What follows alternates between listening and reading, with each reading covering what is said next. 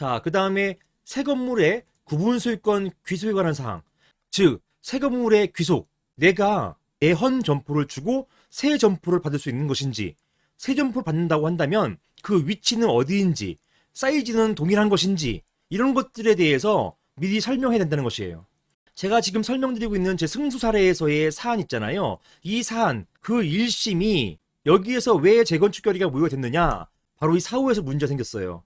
새 건물의 소유권 귀속에 관한 사항이 여기에 대한 설명이 부족했고, 그리고 사안에서는 각 층에서의 소유권의 수를 줄여버렸습니다. 그러니까 내 점포를 내놓더라도 내가 새 점포를 받지 못하는 상황이 발생할 수도 있었던 사안이었던 것입니다. 이게 문제였던 것이에요. 어떻게 해서 이게 1심에서 무효가 됐는지 한번 살펴보시면 1심에서는요.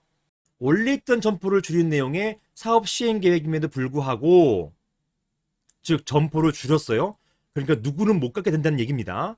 이렇게 구분 소유자들에게 재건축된 건물 중 소매점 용도의 구분 점포가 귀속되는지, 즉 내가 소매 점포를 새롭게 받을 수 있는 것인지, 그 다음에 구분 점포를 어떤 기준으로 배분하는지, 새롭게 만들어진 구분 점포를 내가 있는 그 자리에서 또 받을 수 있는 것인지, 아니면 별도의 또 추첨을 통해서 다른 장소로 이동할 수 있는 것인지, 이런 것들이 설명돼야 된다는 것이에요.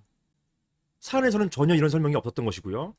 그 다음에 귀속되는 구분 점포의 면적이 어떻게 되는지, 지금 1.4평인데 새롭게 받는 평수도 1.4평인지, 아니면 더 넓게 2평을 받는 것인지, 아니면 더 줄은 것인지, 이런 거에 대한 설명이 있어야 된다는 것이에요. 자, 그 다음에 재건축에 동의한 구분 소유자들에게 공급한 이후에 남은 구분 점포가 누구에게 귀속되는 것인지, 즉 재건축 이후에 남는 점포가 있을 수도 있잖아요. 더 높이 지었거나 했을 경우에 점포가 많이 생깁니다. 이런 점포에 대해서 이게 구분 소유권자들에게 분할이 되는 것인지, 아니면 이것을 분양을 해서 그 분양대금 가지고 공사대금을 지급하는 것인지, 이런 것들에 대한 부분이 나와줘야 된다는 것이에요.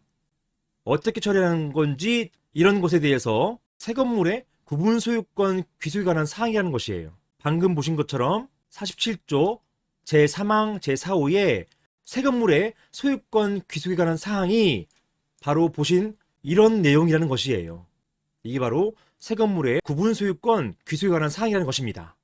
자, 이런 사항을 구분 소유자들이 예상할 수 있을 정도로 구체적으로 정하지도 또는 설명하지도 않았기 때문에 결론적으로 이 사건 상가 건물의 재건축에 관해서 집합건물법의 규정에 따른 서면 결의가 적법하게 완료되어 유효하게 성립되었다고 보기 어렵다. 즉 재건축 결의는 무효이다.